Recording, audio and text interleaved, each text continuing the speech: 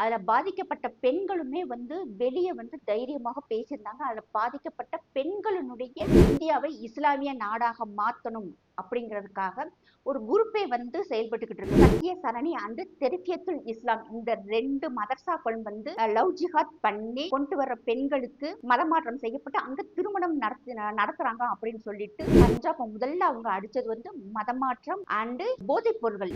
சஹானா நீ சொன்னது பொய் அப்படின்னு சொல்லுங்க, அடுத்த எவிடன்ஸா நான் கொடுக்குறேன். என்னட்ட எஃப்ஐஆரோட காப்பி முதற்கொண்டு இருக்கு. அந்த ஆள் மேல வந்து 3 எஃப்ஐஆர் வந்து உடனடியாக ஃபைல் செய்யப்பட்டது.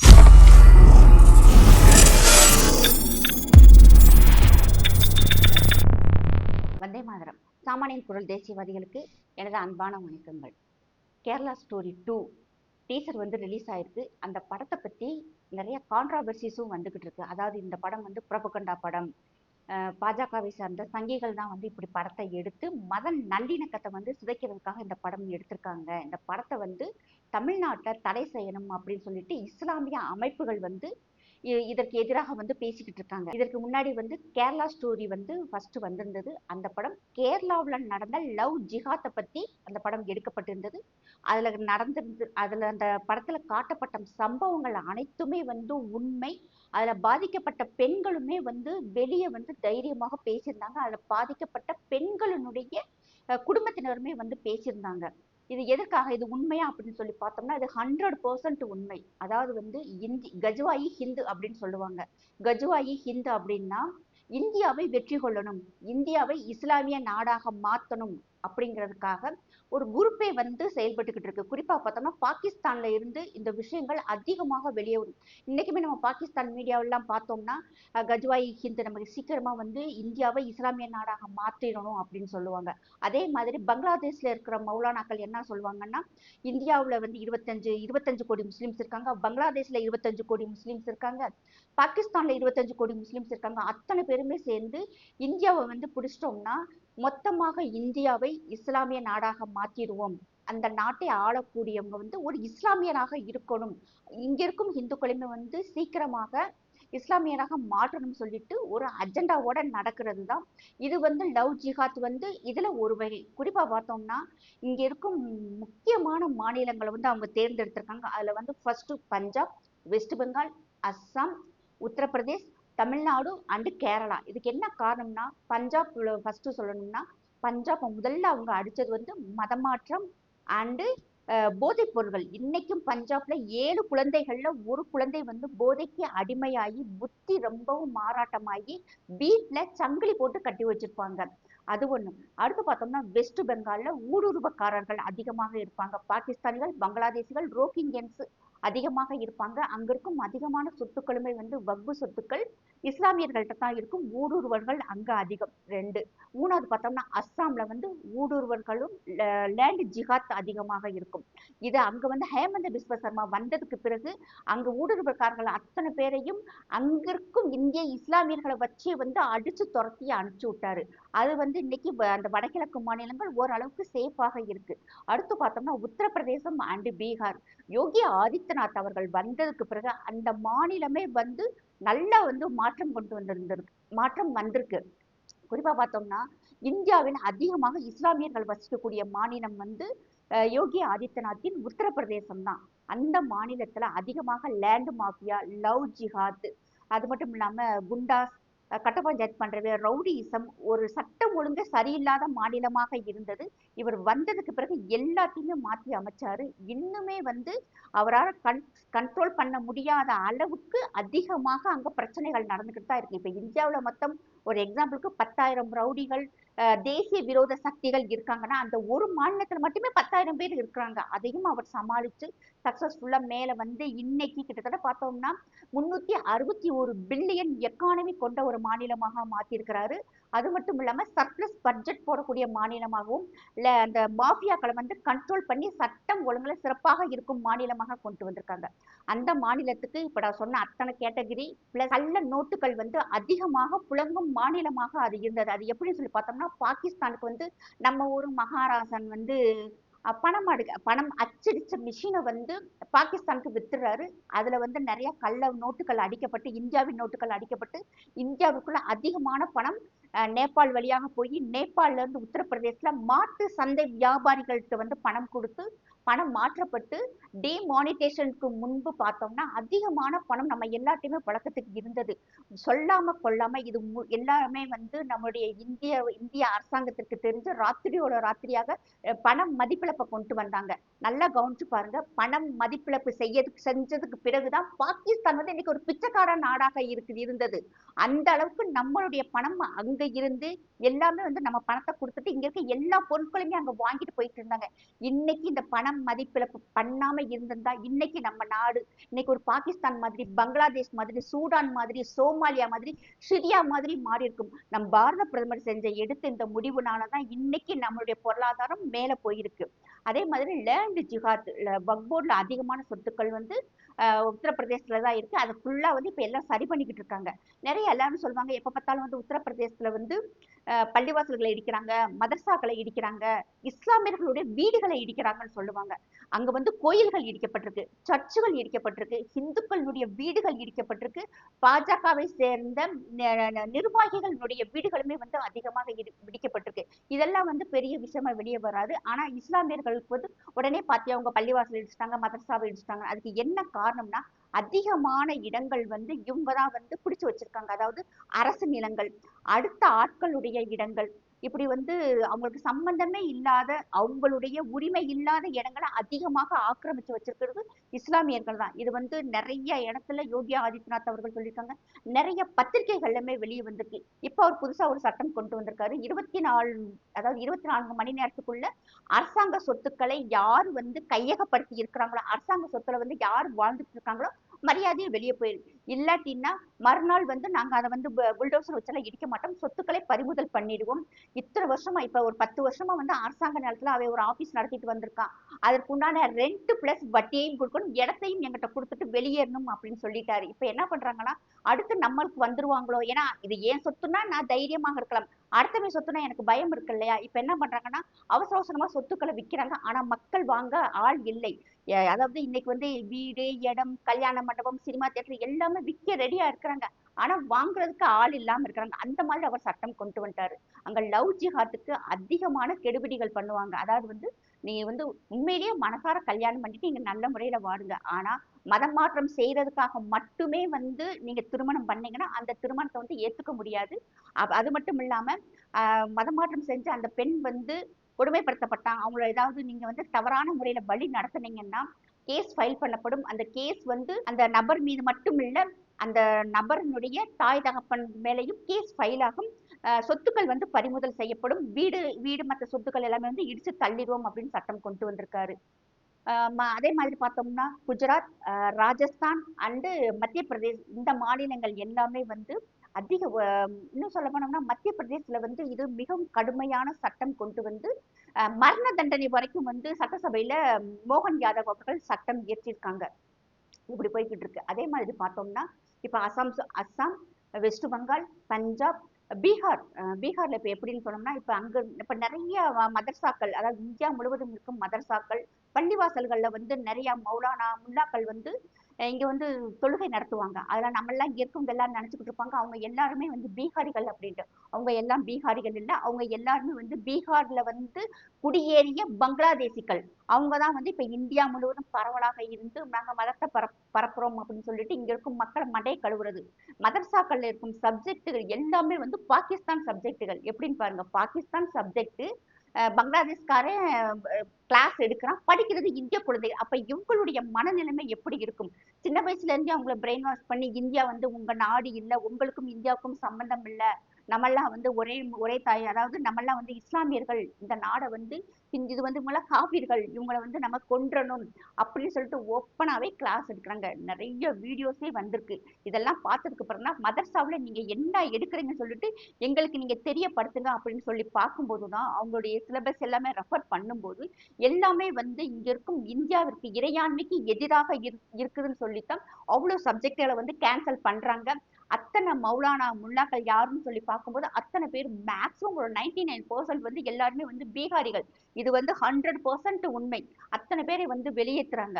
மாணவர்களுக்கு வந்து வேற மாதிரி பாடம் சொல்லி கொடுக்கணும் அப்படின்னு சொல்லிட்டு அத்தனை மதரசாக்களுமே வந்து டிஜிட்டலைஸ் பண்றாங்க. என்ன சப்ஜெக்ட் எடுக்கணும்னு சொல்லிட்டு கிளாஸ் எடுக்கும்போது மானிட்டர் பண்றாங்க. இது வந்து இங்க மட்டும் இல்ல, உத்தரகாண்ட், சத்தீஸ்கர், ஜார்க்கண்ட், அத்தனை அஸ்ஸாம், மற்ற எல்லா மாநிலங்கள்லயுமே பார்த்தோம்னா வட மாநிலங்கள் எல்லாமே அதிகமாக டிஜிட்டலைஸ் பண்ணி கிளாஸை வந்து மானிட்டர் பண்ணி என்ன எடுக்கிறாங்க ஏது எடுக்கிறாங்கன்னு சொல்லிட்டு அதை வந்து நல்லா வந்து தரமானதாக இருக்கணும். பிள்ளைகளுக்கு வந்து என்ன சப்ஜெக்ட் கொடுக்கணும்னு சொல்லிட்டு இன்னைக்கு கவர்மெண்ட் வந்து முடிவெடுக்கிற இடத்துல வந்திருக்கு. அது மட்டும் இல்லாம கிட்டத்தட்ட 1947 ஒரு 50,000 மதரசாக்களும் மஜித்துகள் இருந்தது. இன்னைக்கு இந்தியாவில் மட்டும் 13 லட்சம் பள்ளிவாசல்கள் தொழுகை மஜித்துகள் மட்டுமே இருக்கு.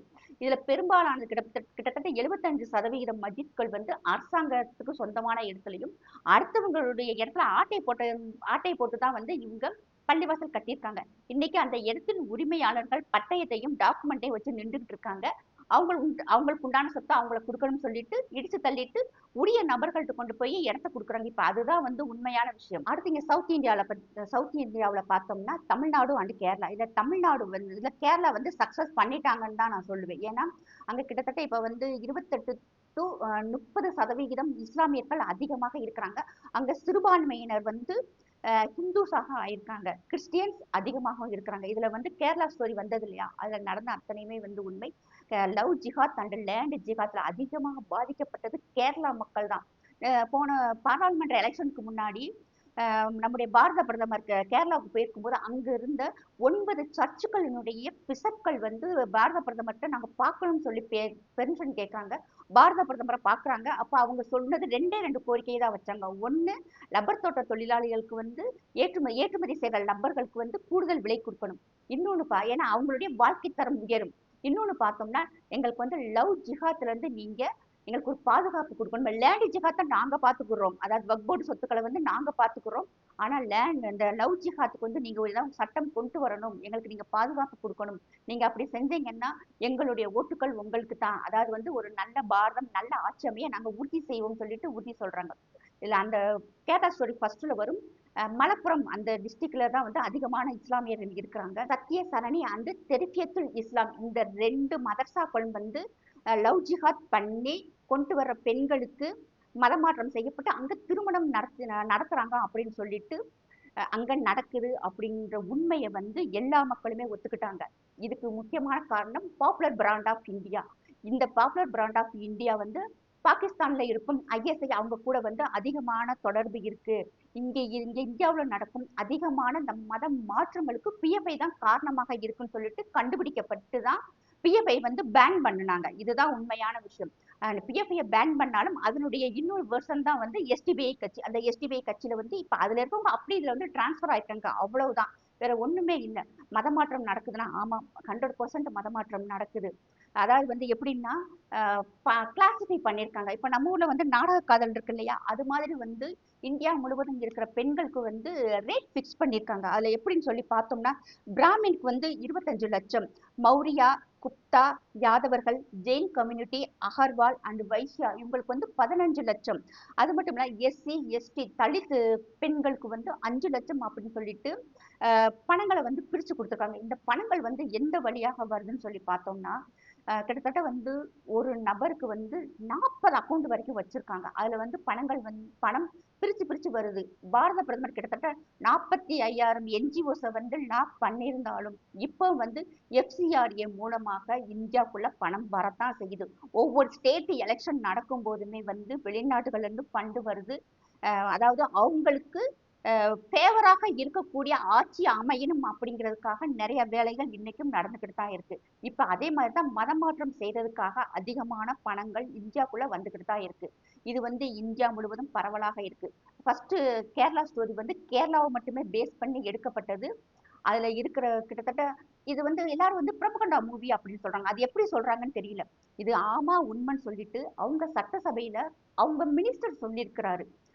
அங்க இருக்க டிஜிபி சொல்லியிருக்காங்க, அங்க இருக்க கோர்ட் வெளியே வந்து சொல்லியிருக்காங்க, அதுல பாதிக்கப்பட்ட பெண்கள் வெளியே வந்து பேசியிருக்காங்க, அதுல பாதிக்கப்பட்ட பெண்களுடைய குடும்ப நபர்கள் வந்து வெளியே வந்து பேசியிருக்கிறாங்க. இது எப்படி இல்லைன்னு சொல்ல முடியும்? பாதிக்கப்பட்ட பெண்கள் வந்து இப்ப லவ் பண்ணி கல்யாணம் பண்றது தவறே இல்லை, நல்லபடியா வாழ்ந்துட்டு போலாம். ஆனா நீ மதமாற்றம் செய்யறதுக்காக ஒரு நபர் 4 திருமணம் 5 திருமணம் சாதாரணமா பண்ணிட்டு அத்தனை பேருக்கும் பிள்ளைய கொடுத்துட்டு அத்தனை பேருமே வந்து கைவிட்டுட்டு போயிடும். இப்ப இதுதான் லவ் ஜிஹாத் அப்படின்னு சொல்றாங்க. இது வந்து ஸ்கூல் பிள்ளைகள்ல இருந்தே ஆரம்பிக்குது. அதுதான் ஒரு முக்கியமான விஷயம். ராஜஸ்தான்ல ஒரு ஸ்கூல், அந்த ஸ்கூல்ல பார்த்தோம்னா ஸ்கூல் கிட்டத்தட்ட அவங்க அந்த பிள்ளைகளுக்கு வந்து ஒரு +1 +2 படிக்கிற பிள்ளைகளை டார்கெட் பண்ணி அந்த பசங்களுக்கெல்லாம் பார்த்தா நம்ம ஒரு நாடக கதை மாதிரி பைக் வாங்கி கொடுத்துருக்காங்க, ஃபோன் வாங்கி கொடுத்துருக்காங்க, செயின் போட்டு விட்டுருக்காங்க. இதெல்லாம் வச்சுக்கிட்டு அந்த பிள்ளைகள் கூட பேசி பழகி அதெல்லாம் பெரிய ரொம்ப பெரிய கதையாகி அங்க இருக்கும் பஜ்ரங் தள் இதுக்குள்ள இறங்கி போலீஸ் கேஸ் எடுக்க வச்சு அந்த பிள்ளைகளை வந்து நேரடியாக வாக்குமூலம் கொடுத்துருக்காங்க.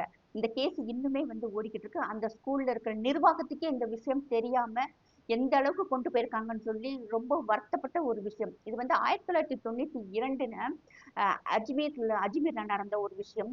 அங்க பார்த்தோம்னா ஆனா அப்ப வந்து காங்கிரஸ் ஆட்சி இல்லையா, அந்த சமயத்துல பாகிஸ்தான் இருக்கும் தீவிரவாதிகளுக்கு அஜ்மீர் நகரத்துல இருக்கும் ஹிந்து பெண்கள் வந்து பாலியல் பலாத்காரத்திற்கு ஆளாகி இப்ப வரைக்கும் கேஸ் நடந்து இப்ப சமீபத்துலதான் வந்து ஜட்மெண்டே முடிஞ்சது. எப்படின்னு பாத்துங்க, 1992 நடந்த விஷயம் இப்ப வரைக்கும் இழுத்துட்டு போயிருக்கு. அதுல நிறைய பெண்கள் வந்து தற்கொலை பண்ணிக்கிட்டாங்க. நிறைய பேரு வேற மாநிலங்களுக்கு போயிட்டாங்க. லாஸ்டா ஒரு 4-5 பேர் தான் வந்து கடைசி வரைக்கும் இந்த கேஸ்ல நின்று ஃபைட் பண்ணிட்டாங்க. அவங்கள பேரம்பேத்தி எடுத்துட்டாங்க. இதுல முக்கியமான காரணம் வந்து அஜ்மீர்ல இருக்கும் அஜ்மீர் தர்காவினுடைய அந்த ஹக்தார்கள் சொல்லுவாங்க. அவங்களும் காங்கிரஸ் கட்சியை சார்ந்தவங்க தான் வந்து இதுல மெயினான அக்யூஸ்ட். அவங்களாம் நிறைய பெயில்ல வந்துட்டாங்க. அதுக்கப்புறம் இந்த கேஸ் ஃபைனல் வந்து ஜட்ஜ்மெண்ட் வரும்போது அதுல ஒரு ஒரு 12 பேரோ 15 பேரோ மட்டும்தான் வந்து ஜெயில இருக்கிறாங்க. அதுல நிறைய பேர் இறந்துட்டாங்க. ஆனா இந்த பாகிஸ்தான் தீவிரவாதிகள் எல்லாம் பாகிஸ்தானுக்கு போயிட்டாங்க. அப்ப இங்க இருக்கும் இந்து பெண்கள் ஆரம்பத்திலே வந்து டார்கெட் பண்ணிக்கிட்டு தான் வந்திருக்காங்க. கேரளா ஸ்டோரி உண்மைதான். இப்ப செகண்ட் சீசன் வந்திருக்கு இல்லையா, இந்த செகண்ட் சீசன்ல பார்த்தோம்னா மாட்டுக்கறியை வந்து வாயில வச்சு சாப்பிடுற மாதிரி ஒரு சீன் கொண்டு வந்திருக்காங்க. அப்ப இங்க இருக்கும் நிறைய பேர் என்ன சொல்றாங்கன்னா, கேரளாவுல எல்லாருமே வந்து மாட்டுக்கறி சாப்பிடுவாங்க அப்படின்னு சொல்லியிருக்காங்க. ஆமா, எல்லாருமே சாப்பிடுவாங்க நம்ம சொல்ல முடியாது, சாப்பிடாதவங்களும் இருக்கிறாங்க. ஆனா ஃபர்ஸ்ட் பார்ட் கேரளாவை பத்தியது, இரண்டாவது பார்ட் வந்து வடநாட்டுல நடக்கிற மாதிரி எடுத்திருக்காங்க. அதுல வந்து பிராமின் பெண்கள் வந்து நான்வெஜ் சாப்பிட மாட்டாங்க. வலுக்கட்டாயமாக கொடுக்கப்பட்டது உண்மைதான். இப்ப இந்த ட்ரெய்லர் வந்த பின்னாடி Supreme Court lawyers Nazia Ilahi Khan, Ashwini Upadhyaya and Rindhiya Shah இவங்க எல்லாருமே வந்து வெளியே வந்து ஓப்பனா சொல்றாங்க அவங்க என்னென்ன கேஸ் எத்தனை கேஸை வந்து நடத்திக்கிட்டு இருக்காங்க, இதுல பாதிக்கப்பட்ட பெண்கள் யார், அந்த அக்யூஸ்ட் வந்து ஒருத்தன் எத்தனை திருமணம் பண்ணியிருக்கான் அப்படிங்கிற விஷயத்த வந்து ஓப்பனாக சொல்லிக்கிட்டு இருக்காங்க. இப்ப சமீபமாக டிசம்பர் 25ல இருந்து இப்ப வரைக்குமே பார்த்தோம்னா நிறைய கேஸ்கள் வந்து தானாக முன் வந்து கேஸ் ஃபைல் ஆயிருக்கு. அதுல முக்கியமா பார்த்தோம்னா உத்தரப்பிரதேசம் லக்னோவில் வந்து கிங் ஜார்ஜ் மெடிக்கல் யூனிவர்சிட்டியில வந்து ஒரு டாக்டர் அந்த பெண் வந்து தற்கொலைக்கு முயற்சி பண்றாங்க. அந்த முயற்சி பண்ணும்போது என்னன்னு சொல்லி கேட்கும்போது அவங்களுடைய சீனியர் டாக்டரே வந்து இவங்களை பாலியல் பலாத்காரம் பண்ணி நான் திருமணம் செஞ்சுக்கிறேன்னு சொல்லி வாக்குறுதி கொடுத்து அவங்க கன்சீவ் ஆனதுக்கு பிறகு நீ நீ மாசமாயிருக்கு, நீ வந்து சாரி கர்ப்பமாக இருக்க வேண்டாம், நீ அபார்ஷன் பண்ணிடுவோம், நான் திருமணம் பண்ணணும்னா நீ மதமாற்றம் செய்யணும்னு சொல்லி அவங்கள வற்புறுத்தினதை வந்து அவங்களால தாங்கிக்க முடியாம சூசைட் பண்றாங்க. அவங்களும் அவங்களுடைய தகப்பனாரும் யோகி ஆதித்யநாத்திட்ட போய் கம்ப்ளைண்ட் கொடுக்குறாங்க. அதே சமயத்துல மகளிர் ஆணையத்திலையுமே வந்து அவங்க கம்ப்ளைண்ட் கொடுக்குறாங்க. இந்த டாக்டருடைய பேர் வந்து ரஞ்சித் அப்படின்னு சொல்லவும் சரி நம்ம எல்லாம் ஹிந்து தானே ஒன்னா லவ் பண்ணி கல்யாணம் பண்ணிக்கலாம் நினைச்சுக்கிட்டு இருக்கும்போது அந்த ஆளுடைய ஐடியா பார்க்கும்போது தான் தெரியுது அந்த ஆளுடைய பேர் வந்து மாலிக் அப்படின்னு சொல்லிட்டு. அப்ப இவங்க என்ன செய்யறாங்கன்னா இது எப்படி ஏத்துக்கிற முடியும் அப்படின்னு சொல்லிட்டு நான் திருமணம் பண்ணிக்கிற மாட்டேன்னு சொல்லும்போது நீயும் நானும் சேர்ந்து இந்த போட்டோஸ் வீடியோஸ் எல்லாத்தையுமே வந்து நான் ஆன்லைன்ல பதிவேற்றம் பண்ணி நான் வந்து உன்னை வந்து அசிங்கப்படுத்துவேன், வைரல் ஆக்குவேன் இந்த வீடியோவை, நீ அடுத்து வேற யாருமே திருமணம் செய்ய முடியாதுன்னு சொல்லிட்டு பிளாக்மெயில் பண்றாங்க. அதையும் மீறி இந்த பெண் வந்து கேஸ் கொடுத்ததுக்கு பிறகு அங்க இருக்கும் மகளிர் ஆணையமே வந்து இந்த கேஸை எடுத்துக்கிறாங்க. இது ஆரம்பத்துல நான் இல்லைன்னு சொல்லிக்கிட்டு இருந்தவன் கேஸ் ரொம்ப சீரியஸா போகவும் தலைமறை ஆயிடுறான். இவனை பிடிக்கிறதுக்காக வந்து 50,000 வந்து பிலிப்பட் போலீஸ் ஸ்டேஷன் வந்து அனௌன்ஸ் பண்றாங்க. இதுக்கு இடையில வந்து அவங்களுடைய அப்பாவையும் வந்து அரெஸ்ட் பண்றாங்க. அரெஸ்ட் பண்ணிட்டு 2 நாள்லயே வந்து அவங்க சொத்துக்களை வந்து பறிமுதல் பண்ணவும் அவனா வந்து போலீஸ் ஸ்டேஷன்ல வந்து ஆஜராயிருக்கான். இப்ப அவன் ஜெயில இருக்கான். இந்த மாலிகை வந்து அரெஸ்ட் பண்ணி கேட்கும் போதுதான் கிட்டத்தட்ட அந்த மெடிக்கல் யூனிவர்சிட்டியில மட்டுமே கிட்டத்தட்ட இது வரைக்கும் 15 டாக்டர்கள் வந்து அரெஸ்ட் பண்ணப்பட்டிருக்காங்க. இந்த 15 பேருக்குமே வந்து ஒவ்வொரு டாக்டருக்கும் 30 லட்சம் ரூபாய் வந்து பேமெண்ட் கொடுத்துருக்காங்க. ஒவ்வொரு டாக்டருக்குமே வந்து 50 பேர் டார்கெட். ஒரு டாக்டருக்கு 50 பேர் வந்து டார்கெட் வச்சிருக்காங்க. அதுல வந்து ரமீசுதீன் நாயக் அந்த டாக்டருடைய பேரு. நீங்க இதை போட்டு பாருங்க, ரமீசுதீன் நாயக் டாக்டர் அப்படின்ட்டு. அந்த ஆள் வந்து இதுவரைக்கும் 15 டாக்டர், ஹிந்து டாக்டர் பெண்களை வந்து தன்னுடைய வலையில விரிச்சு அவங்கள வந்து நாசம் பண்ணியிருக்கான். நான் திருமணம் பண்ணியே ஆகணும்னு சொல்லிட்டு மதமாற்றம் பண்ணணும் அப்படின்னு சொல்லிட்டு இப்ப அவங்களுடைய பேரண்ட்ஸுமே வந்து அரெஸ்ட் பண்ணியிருக்காங்க. இந்த 15 டாக்டர்களுக்குமே ஒவ்வொரு பேருக்குமே வந்து 50 பெண் டாக்டர்கள் டார்கெட் இருந்தா இப்ப நாடு எங்க போய்கிட்டு இருக்கு? இப்படி ஒரே ஒரே medical university 2 case வரவுமேவும் உத்தரப்பிரதேசத்துல Yogi Adityanath வந்து இதை வேற ஏதோ போகுதுன்னு சொல்லி யோசிச்சுட்டு மகளிர் ஆணையமே வந்து இதுல இறங்கி டைரக்டா யூனிவர்சிட்டியில போய் கேக்குறாங்க. அவங்க வந்து அந்த ஆணையர் கொடுத்த புகாரை அந்த மெடிக்கல் யூனிவர்சிட்டி வந்து ரகசியமாக பாதுகாத்து அவங்களுக்கு எல்லா விதத்திலுமே வந்து அந்த யூனிவர்சிட்டி ஒத்துழைப்பு கொடுத்திருக்காங்க. அப்ப இந்த பெண்கள் நேரடியாக கொடுத்த யோகி ஆதித்யநாத் கொடுத்த வாக்குமூலம், இங்க அந்த அபர்ணா யாதவ் அந்த மகளிர் ஆணைய தலைவி அவங்களும் துணை தலைவரும் போய் நேரடியாக யோகி ஆதித்யநாத்தை பார்த்து இது வந்து வேற மாதிரி போய்கிட்டு இருக்கு. இது வந்து ஒரு நபர் சம்பந்தப்பட்ட விஷயம் இல்லை, இது வந்து ஒரு குழுவாக கும்பலாக சேர்ந்து இந்த விஷயங்கள் செய்யறாங்க அப்படின்னு சொல்லவும் தான் ரொம்ப வேகமாக இந்த கேஸ் எடுத்து பார்க்கும்போது தான் நிறைய பேர் இதுல பிடிபட்டிருக்காங்க. ஒரு டாக்டர் வந்து 300 பேரை வளைவிச்சிருக்கான், ஒருத்தர் 500 பேரை வளைவிச்சிருக்கான். அவங்களுடைய போட்டோஸ் எல்லாமே இன்னைக்கு வடநாட்டு மீடியாக்கள்லையும் சோசியல் மீடியாக்களும் வைரலாக போய்கிட்டு இருக்கு. இப்படி ஒரு விஷயம் நடக்குதுன்னு சொல்லிட்டு இந்தியாவில் இருக்கும் நமக்கு தெரியல. அதுக்கு காரணம் வந்து நமக்கு லாங்குவேஜ் தெரியாததுனால அங்க எதுவுமே நடக்கல, நமக்கு எதுவும் தெரியலங்கிற மாதிரி இங்க அப்படி போய்கிட்டு இருக்கு. இந்த லவ் ஜிஹாத் வந்து இப்ப ஆரம்பிக்கப்பட்டது இல்ல, கிட்டத்தட்ட 2012 சமாஜ்வாதி ஆட்சி இருக்கும்போது உத்தரப்பிரதேசத்துல மெடிக்கல் டாக்டர்ஸ் மீட்டிங் வந்து எஸ்என் மெடிக்கல் காலேஜ்ல வந்து ஒரு கூட்டம் போடுறாங்க. அதுல வந்து முன்னாடி படிச்ச senior doctors and junior doctor practice பண்ற டாக்டர்ஸ் எல்லாருமே சேர்ந்து ஒரு மீட்டிங் போடுறாங்க. இந்த மீட்டிங்ல மௌலானாக்கள் அதிகமாக கலந்துக்கிறாங்க. அந்த மீட்டிங்ல வந்து இந்து பெண்களை வந்து எப்படி நீங்க அப்ரோச் பண்ணணும், அவங்களுடைய நடவடிக்கைகள்ல வந்து உங்கள்கிட்ட எப்படி நீங்க வந்து அவங்கள்ட்ட பேசணும் பழகணும் அப்படின்னு சொல்லிட்டு உங்களுக்கு கிளாஸ் எடுக்கப்பட்டிருக்கு. அப்ப இருந்தவங்க தான் இப்ப டெல்லியில வந்து பாம்பு பிளாஸ்ட் ஆச்சு இல்லையா, அந்த கார் வெடிகுண்டு வச்சு ஒரு கேங் இருந்தாங்க இல்லையா, அந்த கேங்ல இருந்தவங்களும் இப்ப லவ் ஜிஹாத்ல இருக்கிற இந்த 50 டாக்டர்ஸுமே வந்து ஒரே டீம் தான். எங்க சுத்தி எங்க வருது பார்த்தாலும் எல்லாமே ஒரே நெட்வொர்க் தான்.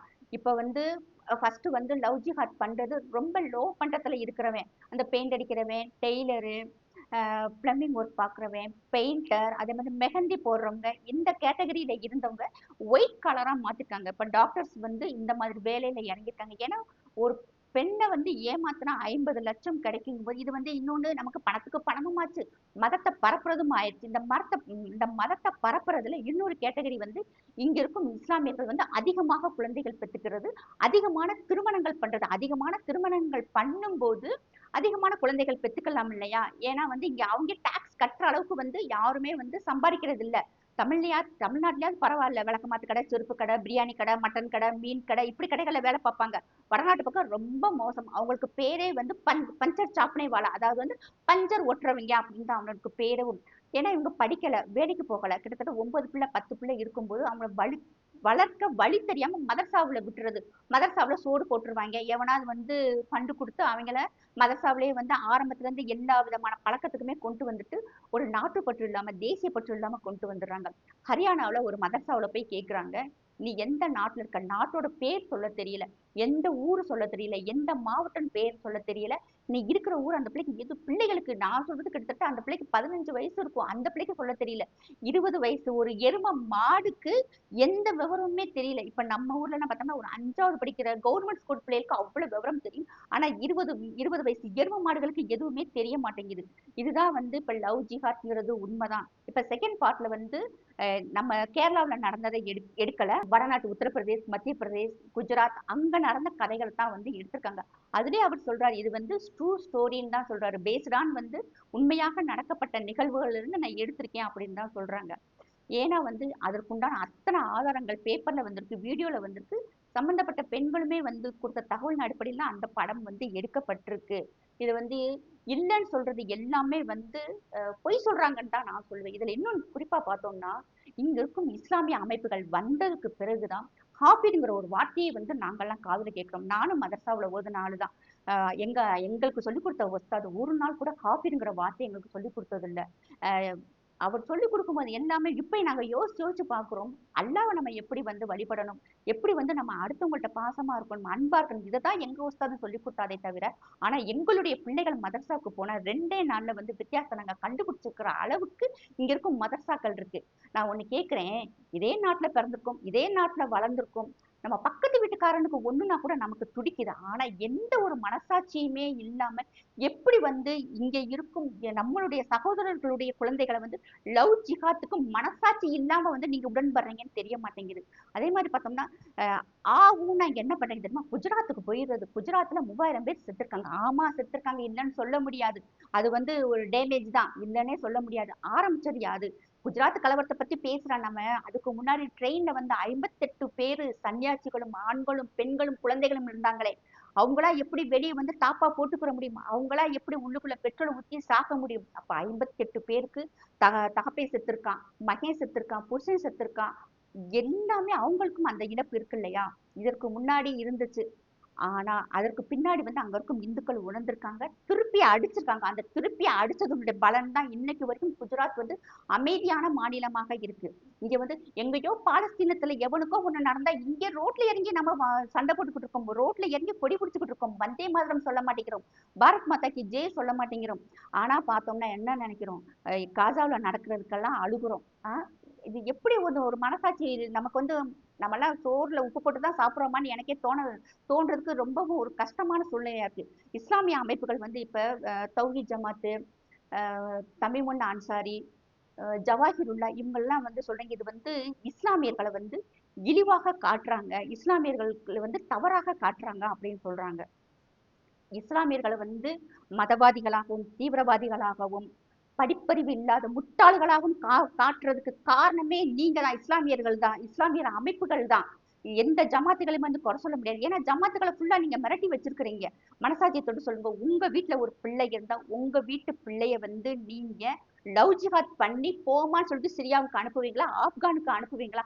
மனசாட்சியே இல்லாம எப்படி அடுத்த வீட்டு பொண்ணை மட்டும் லட்சக்கணக்குல பணத்தை வாங்கிட்டு லவ் ஜிஹாத்துக்கு வந்து நீங்க இல்லைன்னு சொல்றீங்க?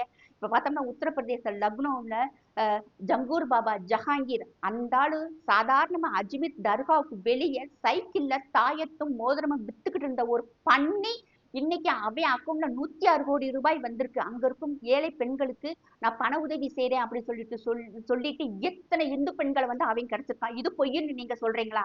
இன்னைக்கு கேரளாவில் இருக்க சயனி இந்த அமைப்பு வந்து பெண்களை லவ் ஜிஹாத் பண்ணி மதமாற்றம் செஞ்சு அவங்கள வந்து நீங்க கொடுமைப்படுத்தலன்னு சொல்ல வர்றீங்களா? இதெல்லாம் பொய்ன்னு நீங்க சொல்றீங்களா? நோம்பு மாசம் இறைவனுக்கு அஞ்சி நடந்து கொள்ளுங்கள். நம்ம செய்யற ஒவ்வொரு செயலுக்குமே வந்து வலது தோல் மலக்குகளும் இடது தோல் மலக்குகளும் வந்து கணக்கு எழுதிக்கிட்டு இருக்காங்க. நீங்க செய்யற பாவத்துக்கெல்லாம் பாத்தீங்கன்னா சிராத்தல் முஸ்தகின் பாலம் எல்லாம் பல லட்சம் கிலோமீட்டருக்குள்ள அந்த பக்கம் ஓடி போயிரும். அந்த மாதிரி காரியத்தை செஞ்சுட்டு இருக்கீங்க. பணம் இன்னைக்கு வரும் நாளைக்கு போயிடும். இறை அச்சம்னு ஒண்ணு வேணும். நரக நெருப்புக்கு நம்ம எல்லாம் பயப்படணும். இன்னைக்கு வந்து இஸ்லாமியர்கள்னாலே வந்து குண்டு வைக்கிறவன் தீவிரவாதி, பயங்கரவாதி இப்படிங்கிற பேரு எடுத்ததுக்கு காரணமே நீங்க தான். ஏன் தெரியுமா? அவன் ஒரு குண்டு வச்சுட்டா அவனை நீங்க அமட்ட மாட்டேங்கிறீங்க. ஆனா வந்து அவனுக்கு சப்போர்ட் பண்றீங்க. அது வந்து எவ்வளவு தவறான விஷயம். நீ இன்னைக்கு வந்து தீவிரவாதி தான், ஆமா தீவிரவாதி தான், பயங்கரவாதி ஆமா பயங்கரவாதி தான், அவன் ரேபிஸ்டா ஆமா ரேபிஸ்ட்னு சொல்லுங்க. என்ன பயம் உங்களுக்கு? அவன் இஸ்லாமியன்கிறதுனால அவன் செய்த தப்புகளை வந்து எப்படி நீங்க ஏத்துக்கிறீங்க? இன்னைக்கு கிறிஸ்தவ மதமாகட்டும், இந்துக்கள் ஆகட்டும், அதுல எத்தனையோ ஜாதிகள் பிரிவுகள் இருக்கு. அதுல ஒருத்தன் தப்பு செஞ்சா அவங்க வந்து கூடி குறுகி போற அளவுக்கு அவங்க எல்லாம் வந்து நடந்துக்கிடுவாங்க. அடுத்து வந்து நம்ம இதை தப்பே செய்யக்கூடாதுங்கிற அளவுக்கு இருக்கிறாங்க. என்னைக்காவது ஒரு ஹிந்துவோ ஒரு கிறிஸ்டினோ அவன் வந்து ஏன் ஆளு நீ எதுக்கு அவன் தப்பே செஞ்சிருந்தாலும் அவன் தப்பே செய்யாம இருந்தாலும் ஒரு ஆளு போலீஸ் ஸ்டேஷனுக்கு போக மாட்டான், ஒரு ஆளு ரோட்ல இறங்கி வந்து அதுக்கு உண்டான பிரச்சனை பண்ண மாட்டான், கூட்டம் கூட மாட்டான். அதுக்கு என்ன காரணம் தெரியுமா? அத்தனை பேரும் படிச்சிருக்காங்க, படிச்சுட்டு வேலைக்கு போறாங்க. இன்னைக்கு ஒரு நாளைக்கு நம்ம வேலைக்கு போகாட்டினா நம்ம அடுத்து என்ன செய்வோம்னு யோசிப்பாங்க. ஆனா அந்த எண்ணம் நமக்கு இல்ல தெரியுமா? படிக்கிறது இல்ல, 500 ரூபாய் ஒரு பேண்டா பாட்டில் கொடுக்குறானா, பிரியாணி கொடுக்குறானா வாங்கி தின்ட்டு தெருவில் போய் நின்றுக்கிறது. சிஏஏன்னா என்னன்னு உங்களுக்கெல்லாம் உண்மையிலே தெரியாது, என்ஆர்சினா என்னன்னு தெரியாது, நிக்கா ஹலாலானா உங்களுக்கு என்னன்னு தெரியாது. இன்னைக்கு முத்தலாக்கு வந்ததுக்கு பிறகு எத்தனை இஸ்லாமிய பெண்களுடைய வாழ்க்கை வந்து பாதுகாப்பாக இருக்கு தெரியுமா? நிக்கா ஹலாலாங்கிற இப்ப சமீபத்துல 3 நாளைக்கு முன்னாடி நடந்திருக்கு. அதே உத்தரப்பிரதேசத்துல ஒரு பொண்ணு கல்யாணம் ஆகி 6 மாசம் தான் ஆகுது. 6 மாசத்துல 27 முறை அந்த பெண்ணுக்காவே தலாக் சொல்லியிருக்கா, முத்தலாக் சொல்லியிருக்கா. 27 முறையே வந்து அடுத்தவனை விட்டு ஹலாலா பண்ணியிருக்கான். அப்ப இதுக்கெல்லாம் வந்து நீங்க பொய்ன்னு சொல்றீங்களா? நீங்கலாம் நியூஸ் பார்த்திருப்பீங்க. உங்களுக்கு எல்லா நியூஸுமே வந்திருக்கும். ஆனாலும் இங்க இருக்க இஸ்லாமிய அமைப்புகள் கொஞ்சம் கூட மனசாட்சி இல்லாம, ஊன்னா எப்ப பாரு அந்த குண்டு வைக்கிறவனுக்கு தான் சப்போர்ட் பண்றது. எவ்வளவு விஷயம் நடந்திருக்கு. பெகல்காம் தாக்குதலுக்கு எத்தனை இஸ்லாமியர்கள் வந்து எதிர்ப்பு தெரிவிச்சீங்க. ஏன்டா என் சகோதரர்களை வந்து பேண்ட் அவுத்து பார்த்து முஸ்லீமா ஹிந்துவான்னு சொல்லி பார்த்துட்டு ஏன்டா அப்படி துப்பாக்கி வச்சு சுட்டீங்களேன்னு சொல்லி யாராவது கேட்டீங்களா? பாம்பேல வந்து புர்கா போட்டு ஒரு பெண் இருக்காங்க. அவங்க போய் ஒரு டாக்டர், ஒரு அது எப்படி சொல்றது, உயிரை காப்பாத்துற டாக்டர் ஒரு பெண் போய் நின்றுருக்காங்க. அந்த பெண்ணுக்கு நீங்க யாராவது உங்க எதிர்ப்பை நீங்க தெரிவிச்சீங்களா?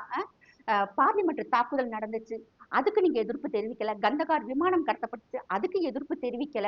புல்வாமா தாக்குதல் நடந்துச்சு, அதுக்கெல்லாம் எல்லாரும் சிரிக்கிறீங்க. அந்த பெண்ணு, அந்த கணவரை இழந்த பெண்களை அந்த கமெண்ட்ல எல்லாம் பாத்தீங்கன்னா அவ்வளவு கேவலமா நீங்க அந்த பெண்ணுடைய அழகை வர்ணிச்சு எழுதின இஸ்லாமிய அமைப்புகள் தான் இங்க இருக்கிறாங்க. ஆரம்பத்துல இருந்தே நீங்க எப்ப பார்த்தாலும் தீவிரவாதிகளுக்கும் பயங்கரவாதிகளுக்குமே வந்து துணை போய் போய் இன்னைக்கு இஸ்லாமியர்கள்னாலே வந்து பயங்கரவாதி, தீவிரவாதி, குண்டு வைக்கிறவன், மதிப்பும் மரியாதை கொஞ்சம் கூட இல்ல. கமெண்ட் எல்லாம் போய் பாருங்க, எந்த அளவுக்கு கழுவி கழுவி ஊத்துறாங்க தெரியுமா? முதல்ல நிறைய பேருக்கு தெரியாது. ஆயிஷா அலி அல்லா அவர்கள்லாம் வந்து பெரிய ஆளா நினைச்சுட்டு இருந்தாங்க. இன்னைக்கு கமெண்ட்ல பார்த்துட்டு போன் பண்ணி கேக்குறாங்க, 6 வயசு ஆயிஷா புருஷன்னா ஆயிஷா அலி அல்லாவுக்கு 6 வயசான்னு சொல்லி கேக்குறாங்க. 9 வயசுல பிசிக்கல் ரிலேஷன்ஷிப் வச்சிருக்காங்களான்னு சொல்லி கேக்குறாங்க. ஆமான்னு சொல்லும்போது அப்ப நமக்கெல்லாம் ஏன் இது சொல்லி கொடுக்கப்படலன்னு இன்னைக்கு இஸ்லாமிய பெண்கள் யோசிக்க ஆரம்பிச்சுட்டாங்க. நீங்க எந்த அளவுக்கு நீங்க வந்து உங்களை மாத்திக்கிறதுனா வேற வழியே இல்ல. இஸ்லாமியர்கள் 2ஆம் தர குடிமக்களாக ஆகுறதுக்கு நீங்க மட்டும்தான் காரணம். இன்னைக்கு வடநாட்டுல இவ்வளவு பிரச்சனை நடக்குதுன்னா ஒண்ணும் ஒரு சின்ன விஷயம். ஹோலி பண்டிகைக்கு விஷ் பண்ணா ஹராம் எங்க சொல்லி இருக்கு? வடநாட்டு பக்கம் வந்து சஹாபுதீன் ரிஸ்வி பரேல்வி அவர் சொல்றாரு, ஹோலிக்கு விஷ் பண்ணாதீங்க ஹராம் அப்படிங்கிறாரு. அங்க இருக்க இந்துக்கள் ஒண்ணுமே செய்யல. உன் கடையில நாங்க பொருள் வாங்கல, அதையுமே சொல்லாம நாங்க எங்களுடைய ஹோலிக்கு எங்களுடைய இந்துக்கள் கடையில போய் நாங்க பொருள் வாங்கிக்கிறோம் சொல்லிட்டு போய் பொருள் எல்லாம் வாங்கிட்டாங்க. கடைசியில பாதிக்கப்பட்டது யார் தெரியுமா? கடனை வாங்கி 10,000 20,000 வாங்கி கடன் வாங்கி கடை வச்சாங்க இல்லையா, அந்த அப்பா இஸ்லாமியர்கள் அத்தனை பேர் கொண்டு போய் குப்பையில கொட்டினாங்க அந்த இதை. எனக்கு தெரிஞ்சு என் ஃப்ரெண்டு அவங்க இருக்கிற அப்பார்ட்மெண்ட்ல எல்லாரும் ஒண்ணு சேர்ந்தாங்க. பூனாவில இருக்கிறாங்க. அப்படி எல்லாரும் பணத்தை போட்டாங்க. 2 பேர் மட்டும் போனாங்க. மெயின் பஜார்ல பர்ச்சேஸ் பண்ணிட்டு ஹிந்துக்கள் கடையா தேடி தேடி அந்த பிள்ளை சொல்லுது, ஒவ்வொரு போட்டோம் எனக்கு இங்க பாரு, இந்த ஹிந்து கடையில நாங்க இது வாங்குறோம், ஹிந்துன்னு சொல்லியே அவங்க எல்லாம் வாங்கி லாரி நிறைய கொண்டு போய் அவ்வளவு ஜமாயிச்சுட்டாங்க. தீபாவளிக்கும் அப்படிதான் செஞ்சாங்க. இன்னைக்கு அது உண்மையா பொய்யான்னு எனக்கு தெரியல.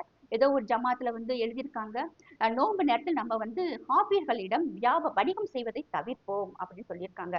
இது உண்மையான்னு எனக்கு இப்போ சொல்றேன்னு தெரியல. இது உண்மையாக இருக்கக்கூடாதுன்னு நினைக்கிறேன். இது உண்மையாக இருக்கும் பட்சத்தில் இங்க இருக்கும் இந்துக்கள் எல்லாமே நாங்க இஸ்லாமியர் கடையில பொருளே வாங்கலடா, முஸ்லீம் கடைகள் சாரி இங்க இருக்க இஸ்லாமியர் கடையில நாங்க பொருள் வாங்கல, இந்துக்கள் கடையிலே நாங்க வாங்கிக்கிறோம் சொல்லிட்டு போனா இங்க இருக்கும் 6% வியாபாரிகளுடைய நிலைமையை நினைச்சு பாருங்க. ஏன்னா இங்க நமக்கு எல்லாருமே வந்து கவர்மெண்ட் எம்ப்ளாயி இல்லை. பெரும்பாலும் 99% இங்க இருக்கும் மக்கள் வந்து ரொம்ப சாதாரண ஏழைப்பட்ட மக்கள் தான், ரொம்ப வசதியாலாம் இல்ல. அவங்களுடைய வாழ்வாதாரத்தை நீங்க பாதிக்கிறீங்க. முதல்ல வந்து இஸ்லாமியர்களுக்கு வீடு கிடைக்க மாட்டேங்கிறாங்க, இப்ப தொழிலையும் நீங்க கைய வச்சு விட்டுட்டீங்க. நீ அத்தனை பேரும் என்ன செய்யணும்னு நீங்க நினைச்சுக்கிட்டு இருக்கீங்கன்னு தெரியல. மனசாட்சிப்படி சொல்லுங்க. நான் சொன்னது என்கிட்ட இன்னும் நிறைய எவிடன்ஸ் இருக்கு, டைம் இல்ல, பதிவும் பெருசா போய்கிட்டு இருக்கு, அதனால நான் இதோட முடிச்சுக்கிறேன். நான் சொன்னது பொய்ன்னு சொல்லி நீங்க சொல்லுங்க. அம்மா சஹானா நீ சொன்னது பொய் அப்படின்னு சொல்லுங்க. அடுத்த எவிடன்ஸா நான் கொடுக்குறேன். என்னட்ட எஃப்ஐஆரோட காப்பி முதல் கொண்டு இருக்கு, கேஸ் டீட்டெயில்ஸ் சொல்றேன், அவங்களுடைய போட்டோஸும் நான் சொல்றேன். நோம்பு மாசம் நீங்க எல்லாம் பொய் சொல்ல மாட்டீங்கன்னு நான் நினைக்கிறேன். 5 நேரம் இல்லை 7 நேரம் 9 நேரம் தொழுகையாளிகள் நீங்க, எனக்கு தெரியும். நீங்க உண்மையான முஸ்லீமாக இருந்தா, இறை அச்சத்தோட இருக்கிறவங்களா இருந்தா, நோன்பு வைக்கிறவங்க நீங்க உண்மையான இருந்தா நீ சொல்றது பொய்ன்னு சொல்லுங்க. அதுக்கு அடுத்த டீட்டெயிலை நான் கொடுக்குறேன். இன்னொன்னு நான் முக்கியமா சொல்ல போறது, இங்க இருக்கும் இந்துக்களுக்கு மட்டும்தான் நான் சொல்லுவேன். நாங்க எக்கேடு கட்டும் போயிட்டு போறோம், எங்களுக்கு அறிவு இல்ல புத்தி இல்ல, நாங்க எக்கேடு கட்டும் போறோம். இங்க இருக்கும் இந்துக்களே நீங்கள் விழித்துக் கொள்ளுங்கள், அவ்வளவுதான் நான் சொல்லுவேன். உங்களுக்கு இருக்கிறது இந்த ஒரே ஒரு நாடு மட்டும்தான். இந்த நாடை விட்டா உங்களுக்கு நாதி இல்ல. ஒரு நல்ல மனுஷன் பாரத பிரதமர் மோடி அவர்கள் நமக்கு சிக்கியிருக்காரு, உங்களுக்கு சிக்கியிருக்காரு தான் நான் சொல்லுவேன். நமக்கும் சேர்த்து எனக்கும் சொல்றேன், எனக்கும் சிக்கியிருக்காரு. இவரை நம்ம கெட்டியா பிடிச்சுக்கிட்டா மட்டும்தான் நம்மளால முன்னேற முடியும். ஏன்னா இங்க நிறைய சதி வேலைகள் நடந்துகிட்டு இருக்கு. அத்தனையுமே இங்க இருக்கிற அத்தனை பேருமே வந்து கையாளாகத்தான் இருக்கிறாங்க. நம்ம யாரையும் குறிப்பிட்டு சொல்ல முடியாது. அதனால இங்க இருக்க இந்துக்கள் நீங்க எல்லாம் ஒற்றுமையாக இருங்க. ஜாதியாக நீங்க பிரிஞ்சிருந்தாலும் எல்லா இந்துக்களாக ஒன்று சேருங்க. ஒரு நல்ல ஆட்சியை மாற்றத்துக்கு கொண்டு வாங்க. நீங்க பாரத பிரதமர் வந்து ஒவ்வொரு செயல்லையுமே வந்து இங்க இருக்கும் ஒவ்வொருத்தருக்காகவும் அவர் பாடுபடுறாரு. எல்லா விஷயத்தையுமே வந்து அமித்ஷா பாத்துக்குருவாரு, எல்லா விஷயத்தையும் மோடி பாத்துக்குருவான்னு இருக்காருங்க. நமக்கு பசிக்குதுன்னு நம்ம தான் சாப்பிட்டாகணும். நமக்கு இந்த ஆட்சி பிடிக்கல, ஆட்சி மாற்றத்தை நம்ம தான் கொண்டு வரணும். அதுக்கு நம்ம ஓட்டு போடணும். இது பாரத பிரதமரும் அமித்ஷாவும் அந்த அளவுக்கு வந்து இந்த பக்கம் பார்த்தா பாகிஸ்தான்காரை வந்து தீவிரவாதத்தை அனுப்புறான், இங்கிட்டு பார்த்தா பங்களாதேஷ்கார ஊடுருவல் காக்குறான். இங்க நம்ம ஊருக்குள்ளேயே பார்த்தோம்னா நிறைய பாகிஸ்தானுக்கு ஆதரவாளர்கள் இருக்கிறாங்க. இன்னொன்னு பார்த்தோம்னா கமெண்ட்ஸ்ல இப்ப ஃபுல்லாவே பார்த்தோம்னா 100% இங்க இருக்கும் இஸ்லாமியர்களுடைய பதிவு, 90% பதிவு பாகிஸ்தான்ல இருந்து, பங்களாதேஷ்ல இருந்து, இலங்கையில இருந்து, துருக்கியில இருந்து போடுறாங்க. அத்தனை பேருமே வந்து இந்தியா முழுவதும் இருக்கும் அத்தனை லாங்குவேஜ்ல போட்டு நமக்குள்ள ஒரு சண்டை போட்டு வர்றதுக்காகவே வந்து அவ்வளவு கோவமா எழுதுறாங்க. ஆனா அவங்களுக்கு உடனடியாக நம்ம சாத்துன்னு சாத்த வேண்டியது இங்க ஒவ்வொருத்தவங்களுடைய கடமை.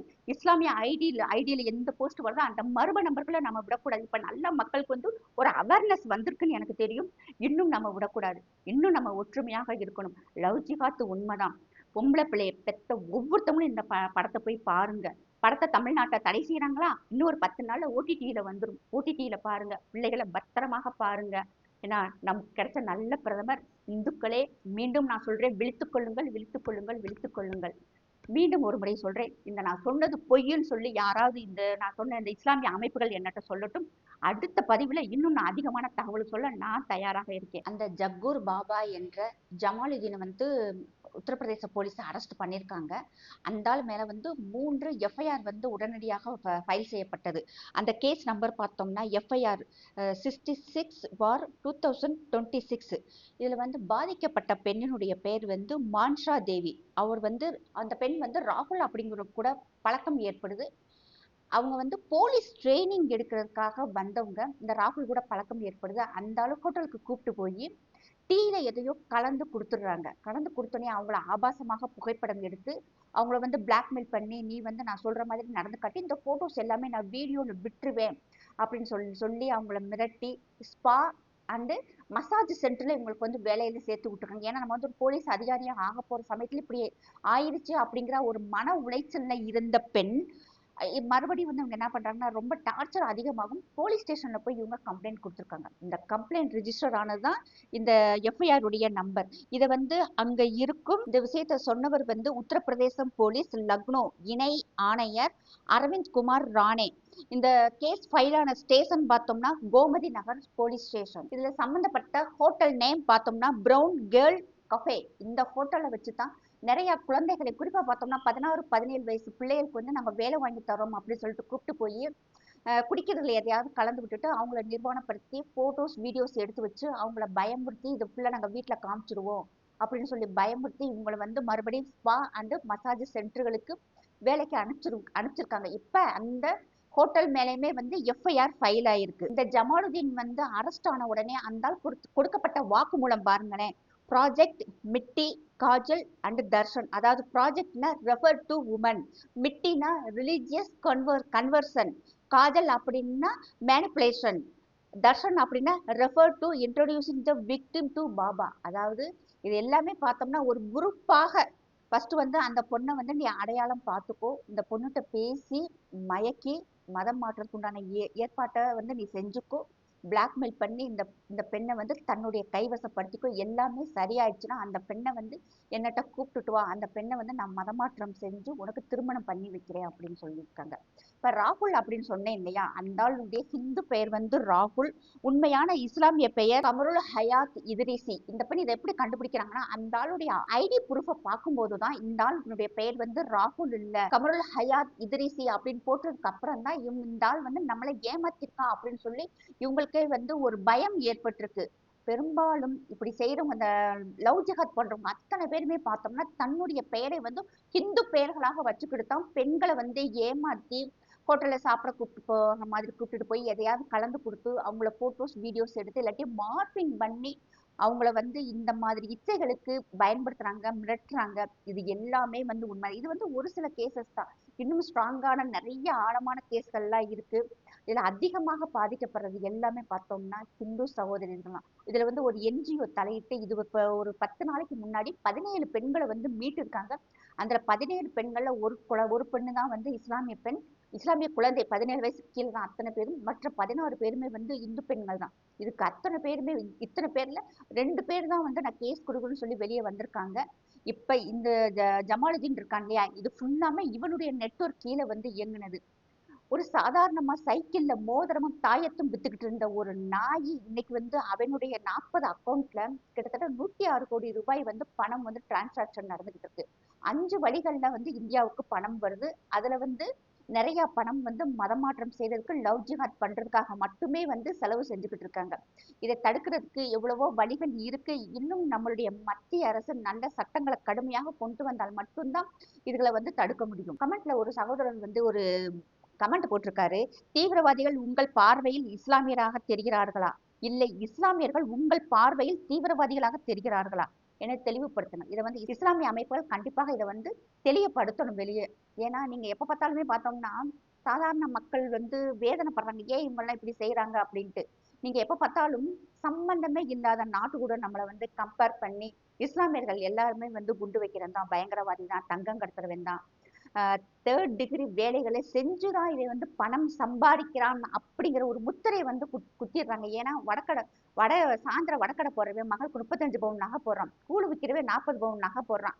அப்ப இங்க இருக்க மக்கள் எல்லாருமே என்ன நினைக்கிறாங்களே, இவங்க எல்லாமே வந்து இப்படி செஞ்சுதான் ஏதோ ஒரு அமைப்பின் கீழே இயங்குதான் இவங்க இவ்வளவு பணம் சம்பாதிக்கிறாங்கன்னு சொல்லிட்டு ஓப்பனாவே கேட்கறாங்க. அவங்க வந்து கஷ்டப்பட்டே சம்பாதிச்சிருக்கலாம், ஆனா மக்கள் இதை வந்து ஏத்துக்க தயாரில்லை. அதுக்கு காரணம் எப்ப பார்த்தாலும் வந்து இந்த பயங்கரவாதிகளுக்கும் தீவிரவாதிகளுக்கும் வந்து துணை போறது. இன்னொன்னு பார்த்தோம்னா எந்த படம் வந்தாலுமே எதிர்க்கிறது. விஸ்வரூபத்தை எதிர்த்தாச்சு, துப்பாக்கி படம் வந்தா எதிர்த்தாச்சு, அமரன் படம் வந்தா எதிர்த்தாச்சு, கேரளா ஸ்டோரி வந்தா எதிர்த்து நிக்கிறது. அதே மாதிரி Bengal files, Udaipur files, Gujarat files எது வந்தாலுமே நின்று போர்க்கொடி தூக்குறது. இது ஏன் இப்படி செய்யறீங்க? அதுல நடந்திருக்கிறது அத்தனையுமே உண்மையின் அடிப்படையில எடுக்கப்பட்ட படம் தான். இதை வெளியே கொண்டு வந்தாதான் மக்களுக்கு வந்து ஒரு அவேர்னஸ் வரும். அத்தனை பேருமே இங்க பிறந்த அத்தனை பேருமே வந்து இந்தியர்கள் தான். இந்த நாட்டுலதான் நம்ம வாழணும், வாழவும் போறோம். அடுத்து வர்ற சந்ததியினராவது நிம்மதியாகவும் சந்தோஷமாகவும் வாழறதுக்கு உண்டான வழியை விட்டு போட்டு இப்படியே சம்பந்தமே இல்லாத வேற ஒரு நாட்டுக்கும் இல்லீகலாக செய்யக்கூடிய நபர்களுக்குமே வந்து துணை போய் நீங்க என்னத்தை சம்பாரிச்சு வச்சிருக்கீங்க தெரியுமா? அசிங்கம் கேவலத்தை தான் சம்பாரிச்சு வச்சிருக்கீங்க. கமெண்ட் எல்லாம் போய் கொஞ்சம் தயவு செய்து நீங்கெல்லாம் நிறைய அமைப்புகள்ல இருக்கிறவங்க எல்லாருமே வந்து ஆக்டிவ்களா கிட்டத்தட்ட ஏதாவது படிச்சிருப்பீங்க, ஆக்டிவா இருப்பீங்க. அந்த கமெண்ட்ல எல்லாம் போய் பாருங்களேன். தீவிரவாதிக்கு பிறந்தவன், பயங்கரவாதிக்கு பிறந்தவன், குண்டு வைக்கிறவன், கீழே தங்கம் கிடக்கிறவன், இப்படியே வார்த்தைகள் எல்லாம் வந்தது போய் இதெல்லாம் பழைய போச்சு. பார்த்து பார்த்து இவங்க இப்படிதான் வந்து நம்ம மக்கள் இருக்கிறாங்க, அதனாலதான் அவங்க எல்லாம் அப்படி பேசுறாங்கிறது எல்லாருக்குமே பழைய போச்சுன்னு வச்சுக்கோங்களேன். இப்ப சமீபமா இப்ப முந்தா நாள்ல ஒருத்தர் போட்டிருக்காரு, இவங்களுக்கு வந்து இந்த மதம் என்ன சொல்லி கொடுக்குது, இவங்களை பார்த்தாலே பயமா இருக்கு, இவங்க எல்லாம் என்ன மனநோயாளிகளான்னு கேக்குறாங்க. அப்ப இஸ்லாமியர்கள் ஏற்கனவே வந்து முஸ்லிம்னாலே மூளை இல்லாதவங்கிற ஒரு பேரை வாங்கி கொடுத்தாச்சு. இப்ப பார்த்தோன்னே இவங்களெல்லாம் பார்த்தா பயமா இருக்கு, இவங்களை பார்த்தாலே மனநோயாளிகளும் தோணுதுன்னு நம்ம பக்கத்துல இருக்கிற ஒரு சகோதரர் வந்து நம்மளை பத்தி நினைச்சிட்டாங்கன்னா இங்க இருக்கும் இஸ்லாமியர்களுடைய நிலைமை என்ன ஆகுன்னு பாருங்க. இப்படியே சப்போர்ட் பண்ணி தான் இஸ்லாமியர்கள் 38% ஜெயில தான் இருக்கிறாங்கன்னு சொல்லிட்டு நான் சொல்லல. அஸ்ஸாமில் இருக்கும் ஒரு பத்ருதீன் அஜ்மல் அப்படிங்கிற ஒரு எம்எல்ஏ சொல்றாரு. அவர் சொல்றாரு, ஆமாம் இஸ்லாமியர்கள் அத்தனை பேருமே வந்து அதிகமான நபர்கள் இல்லீகலாக தான் பணம் சம்பாதிக்கிறாங்க, இதுல சம்பாதிச்ச பணத்துலதான் வந்து இங்க தேவையில்லாத வேலைகள் பாக்குறாங்க. இஸ்லாமியர்கள் 38% இந்தியாவினுடைய சிறைச்சாலைகளில் நிரம்பி இருக்கிறாங்கன்னு சொல்லிட்டு ஓப்பன் ஸ்டேட்மெண்ட் கொடுக்குறாரு. ஜெய்ஹிந்த், ஜெய் பாரத்.